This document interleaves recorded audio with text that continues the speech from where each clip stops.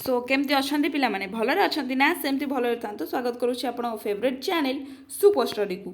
तो पिलामाने ओडिया ऑनर्स पिला बहुत सारा मेसेज आसूला कि मैडम आमर ओडिया ऑनर्स पिलांकर क्लास करंतु। तो फाइनाली तुम मानकर क्लास आसीगला।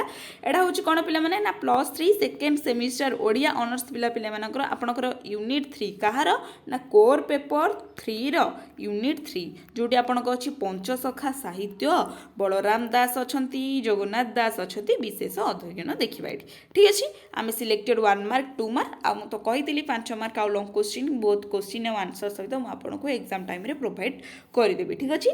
चलो स्टार्ट करवा कौन ये देला क्वेश्चन कि जगन्नाथ दास और बलराम दास द्वारा क्यों ग्रंथटी ओडिया शीर्षक रचित होइछि क्यों ना मृगुणी स्तुति पंचसखा माने क्यों भक्ति धर्म रे उपासक थिले क्यों धर्मी ना ज्ञान मिश्रा भक्ति धर्म रे बलराम दास क्यों संप्रदायर अंतर्भुक्त थिले ना विष्णु स्वामी संप्रदायर अंतर्भुक्त थिले। तापर देछि क्यों ग्रंथ रे ब्रह्म ज्ञान को प्रथमे संस्कृत श्लोक परे ओडिया पद्य और गद्य रे बुझाई दिया जाइछि ना तुला भिणा केउं ग्रंथरे चौरांगीनाथों परी बाकीगढ़र राजपुत्र अवधूत हेबा कथा वर्णित ना हेतु उदय भागवतरी ठीक अच्छे केउं ग्रंथरु बलराम दासंक गद्य रचनार नमूना मिली ना ब्रह्मगीता एटा इंपोर्टाट अच्छी हाँ एटा देखिदेव टे इंपोर्टाट अच्छी केउं ग्रंथरु बलराम दासंकर गद्य रचनार नमूना मिले ना ब्रह्मगीति। तापर देला अरण्य अजगर प्राय क्यों कविंकर पद क्यों कविकर ना जगन्नाथ दासंकर। तापर देला भागवत को क्यों गुण विशिष्ट ग्रंथ भावे ग्रहण करा जाइछि ना सात्विक काहाकू ना भागवत को क्यों गुण भावे क्यों गुण विशिष्ट ग्रंथ भावरे भागवत को क्यों गुण विशिष्ट ग्रंथ भावरे ग्रहण करा जाइछि ना सात्विक ग्रंथ भावरे ग्रहण करा जाइछि बुझेला। तापर क्वेश्चन देला कि भागवत क्यों स्कंदरे ऋषभ देव तांको पुत्र माननकु जैन धर्म तत्व कथा उपदेश दैछन्ति ना पंचम स्कंदरे चंडालु ब्राह्मण जाए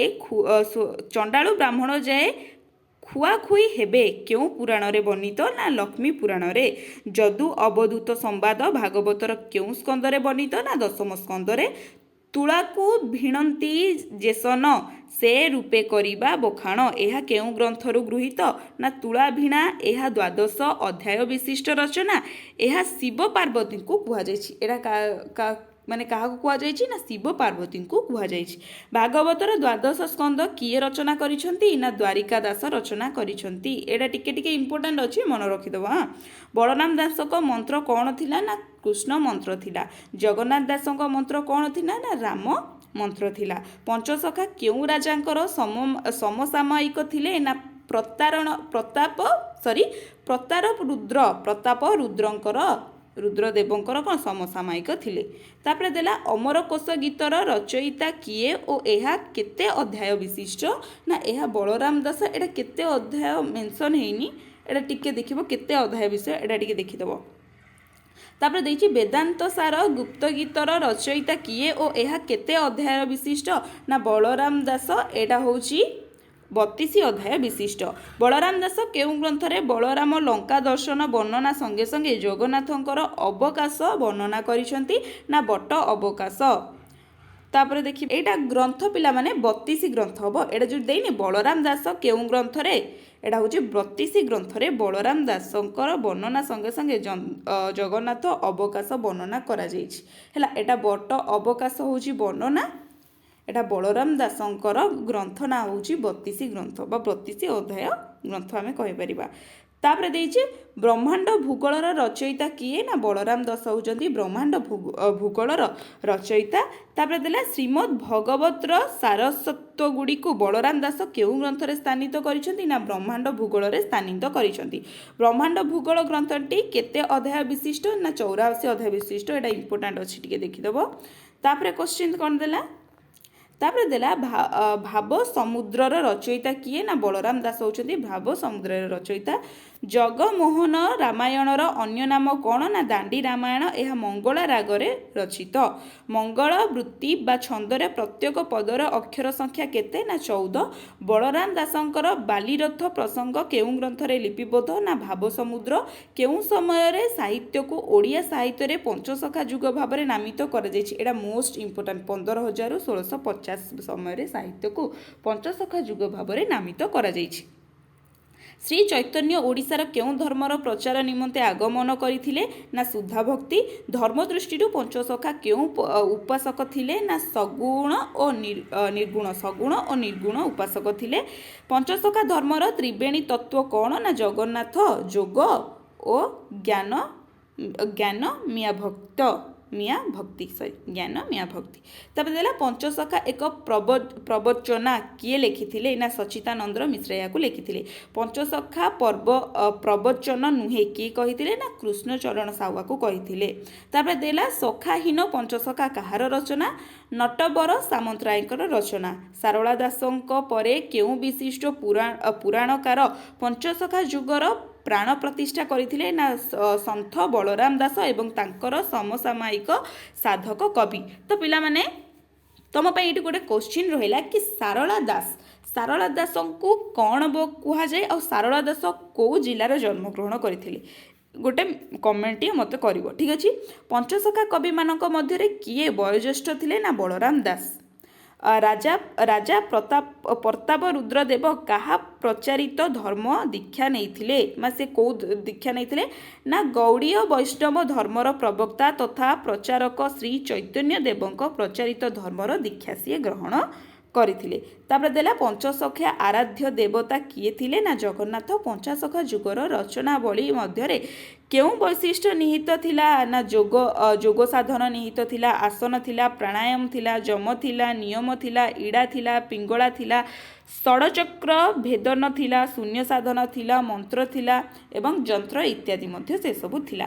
ତାପରେ କ'ଣ ଦେଲା ପଞ୍ଚସଖା ସାଧକମାନେ କାହାକୁ ବେଶୀ ଗୁରୁତ୍ୱ ଦେଉଥିଲେ ନା ମୁକ୍ତି ମାର୍ଗକୁ ସେ ବେଶୀ ଗୁରୁତ୍ୱ ଦେଉଥିଲେ। ସେମାନଙ୍କ ମତରେ ମୁକ୍ତି ଲାଭ ପାଇଁ 4ଟି ମାର୍ଗ ନିର୍ଦ୍ଦେଶିତ ଯଥା କର୍ମ, ଭକ୍ତି, ଜ୍ଞାନ, ଯୋଗ। ଏଇଟା ପିଲାମାନେ 2 ମାର୍କିଆ କୋଶ୍ଚିନ୍ ବି ଆସିପାରିବ। ତୁମେ ଏଇ ଆନ୍ସରଟାକୁ ଲେଖିବ ହେଲା। ଶ୍ରୀ ଚୈତନ୍ୟ କେବେ ଓଡ଼ିଶାକୁ ଆସିଥିଲେ ନା 1510 ଖ୍ରୀଷ୍ଟାବ୍ଦରେ ଆସିଥିଲେ, 16ଶ ଶତାବ୍ଦୀରେ ଯାହାକୁ ଆମେ କହୁଛୁ। ତାପରେ ଦେଲା ପଞ୍ଚସଖା ଯୁଗର କବିମାନେ ତାଙ୍କ ରଚନାରେ ସବୁ ଧର୍ମକୁ କାହାଠାରେ ସମନ୍ୱିତ କରିଥିଲେ ନା ଆଧ୍ୟାତ୍ମିକ ମାର୍ଗରେ ସେମାନେ ସକଳ ଧର୍ମ ଓ ସବୁ ଦେବତାଙ୍କୁ ସ୍ୱୀକାର କରିଛନ୍ତି ଏବଂ ଶ୍ରୀ ଜଗନ୍ନାଥଙ୍କ ଠାରେ ସମସ୍ତଙ୍କୁ ସମନ୍ୱିତ କରିଛନ୍ତି। ଓଡ଼ିଆ ସାହିତ୍ୟରେ ବାଲ୍ମୀକି କିଏ ନା ବଳରାମ ଦାସକୁ କୁହାଯାଏ। ବଳରାମ ଦାସଙ୍କ ପିତା ଓ ମାତାଙ୍କ ନାମ କ'ଣ ନା ସୋମନାଥ ମହାପାତ୍ର ଓ ଯମୁନା ଦେବୀ। ବଳରାମ ଦାସ କେଉଁ ବଳରାମ ଭାବେ ପରିଚିତ ନା ମତ୍ତ ବଳରାମ ଓ ଓଡ଼ିଆ ବଳରାମ ଭାବରେ ପରିଚିତ। ଓଡ଼ିଆ ବଳରାମ ବୋଲି କେଉଁ ଗ୍ରନ୍ଥରେ ବର୍ଣ୍ଣିତ ନା ଶ୍ରୀ ଚୈତନ୍ୟ ଚାରିତାମୃତରେ ବର୍ଣ୍ଣିତ। ଭାବସମୁଦ୍ର, ବଟ ଅବକାଶ, ଗୁପ୍ତ ଗୀତି ଆଦିରେ ରଚୟିତା କିଏ ନା ବଳରାମ ଦାସ। ତାପରେ କ'ଣ ଦେଲା କି ବଳରାମ ଦାସ ଓ ଚୈତନ୍ୟ ଏକତ୍ର ବଡ଼ ଦେଉଳ ବେଢ଼ାରେ କେଉଁଠାରେ ଜଗନ୍ନାଥ ଦାସଙ୍କୁ ଭେଟିଥିଲେ ନା ବଟ ଗଣେଶଙ୍କର ପାଖରେ ସେ କାହାକୁ ଭେଟିଥିଲେ ନା ଜଗନ୍ନାଥ ଦାସଙ୍କୁ ଭେଟିଥିଲେ।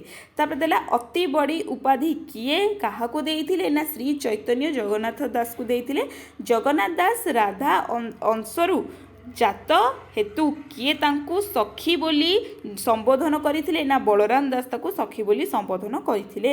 ବଳରାମ ଦାସ ରଚନା କରିଥିବା ସ୍ତୁତିର ନାମ କ'ଣ ନା ମୃଗୁଣୀ ସ୍ତୁତି ଏବଂ ଦୁର୍ଗା ସ୍ତୁତି। ତାପରେ ଦେଲା ବଳରାମ ଦାସ ରଚନା କରିଥିବା କୋଇଲି ଓ ଚଉତିସା ନାମ କ'ଣ ନା କମଳା ଲୋଚନ ଚଉତିସା, କାନ୍ତ କୋଇଲି ଆଉ ଗୋଟେ ହେଉଛି କ'ଣ ନା ବାରମାସୀ।